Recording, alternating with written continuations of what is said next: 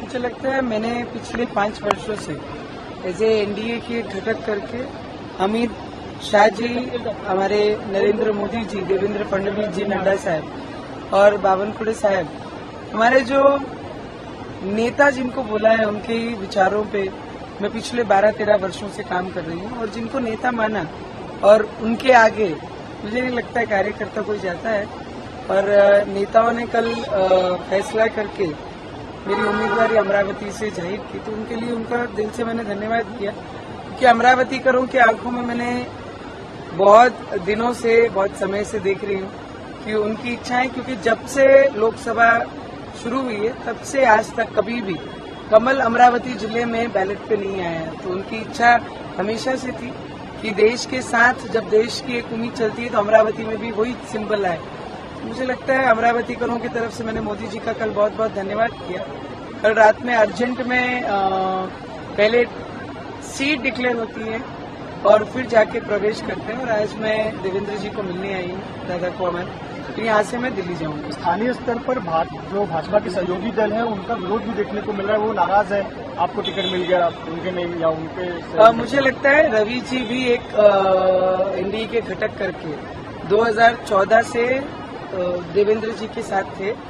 Opposition में जब आई सरकार तब भी रवि जी देवेंद्र फडणवीस जी के साथ थे।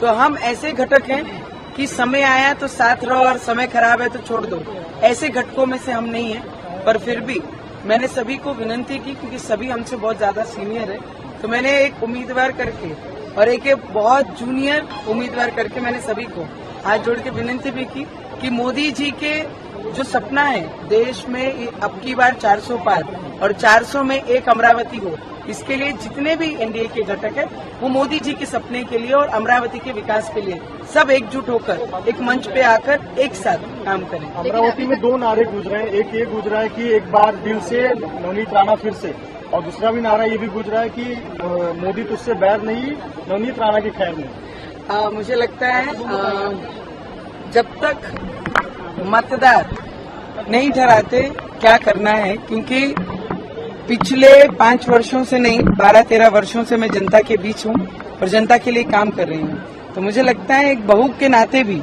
और उस क्षेत्र में कंटिन्यू लोगों के बीच लोगों की सेवा करते हुए लोगों ने खुद मुझे आशीर्वाद दिया। जब 2019 में एक सुनामी चल रही थी उसके बीच मुझे आशीर्वाद दिया गया अमरावती में, और आज एक सिंबल के साथ अमरावती में उतरूंगी। तो मुझे लगता है ये अमरावतीकरों की ही इच्छा थी जो मेरे रूप में अमरावती में आई है।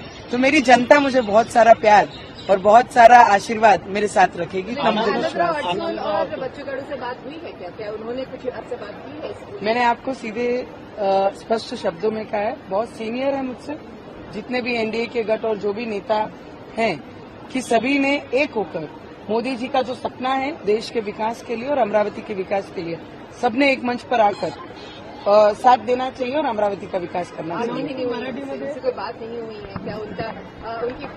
उनकी जो भावना है उनसे आप जैसे सुने हैं वैसे मैं भी सुन रही हूँ मीडिया के माध्यम से, पर हमारी कोशिश जरूर रहेगी कि हम सब साथ में आकर मंच पे मोदी जी के सपने के लिए और इस बार 400 पार के लिए काम करें।